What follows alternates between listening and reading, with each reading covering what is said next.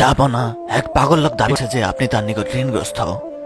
আমরা তাকে প্রাসাদে আমন্ত্রণ জানিয়েছি এবং কিছু অর্থ দিয়েছি, কিন্তু সে তা গ্রহণ করেনি। সে এখন কোথায়? এখানে যাবো না। তাকে আসতে বলুন। আপনার যা আদেশ। ফয়সাল এফেন্দিকে আসতে বলো ছেলে।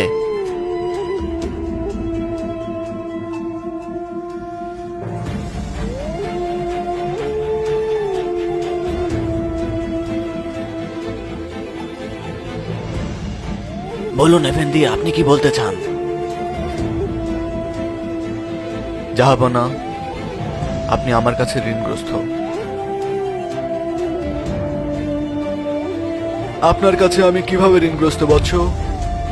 এফেন্দি, আমি ব্যবসা করতাম, ব্যবসায় লোকসান হওয়ায় দেউলিয়া হয়ে গেলাম, আর এ কারণেই আমি অনেক ঋণের মধ্যে জর্জরিত। প্রতি রাতে ঋণ মুক্তির জন্য আমি আল্লাহর কাছে দোয়া করতাম এফেন্দি। বাবা, জাহাপনা জানতে চান যে তিনি কিভাবে আপনার কাছে ঋণী। আমি যেমন বলেছি, প্রতি রাতে আল্লাহর কাছে দোয়া করতাম।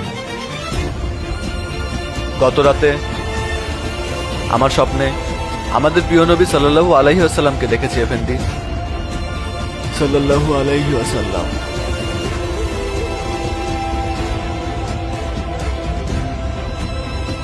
তিনি আমাকে বলেছিলেন, আমার হামিদকে বলো প্রতি রাতে সে আমার উপরে যে সালাতুস সালাম এবং জিকির পাঠ করত, গত রাতে সে তা পাঠ করেনি। যাও এবং গিয়ে তোমার প্রয়োজনের কথা তাকে বলো। তিনি এমনটা বলেছিলেন এফেন্দি।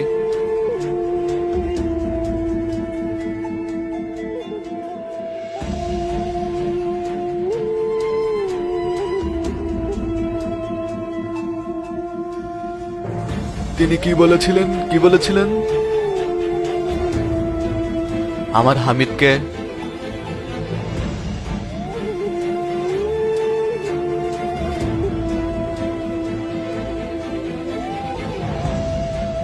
এগুলো নিন।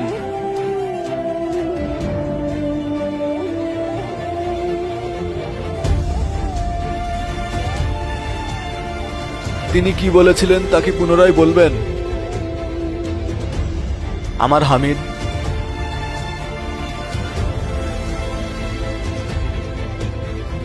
এগুলো নিন।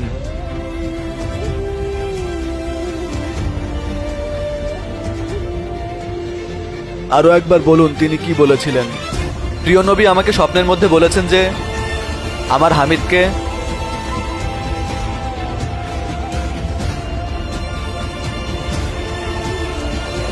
এটাও নিন।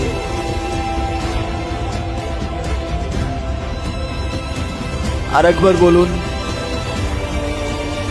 আমার হামিদ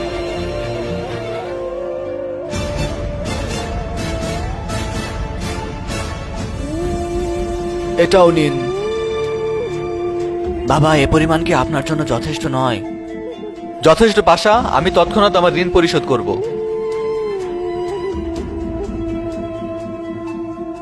নিরাপদে থাকুন।